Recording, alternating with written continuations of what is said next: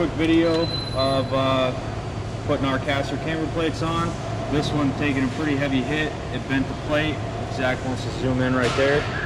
So he put a pretty heavy hit on that. This is our replacement. It's very similar to theirs. We just go with a 2-bolt design for the spherical bearing instead of the 3-bolt like this one does. So pretty self-explanatory. I'm going to fight it a little bit because I'm not going to take the wheel off, but it's still pretty simple to do. So we'll do a quick time lapse of it so you can see it and talk about it after.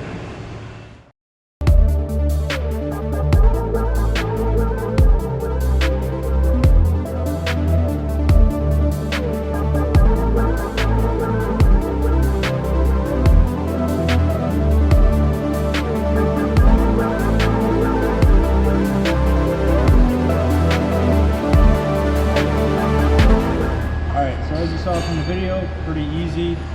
I just had a floor jack supporting the control arm to lower it, so relieve the pressure and then raise it back up so I can get it all together. We'll do an alignment later on this car. As you can see, this is the one that was on there. They took a pretty heavy hit when they came down, so definitely needed to be replaced. But it's just that simple to replace it. It's not hard at all. And that's it.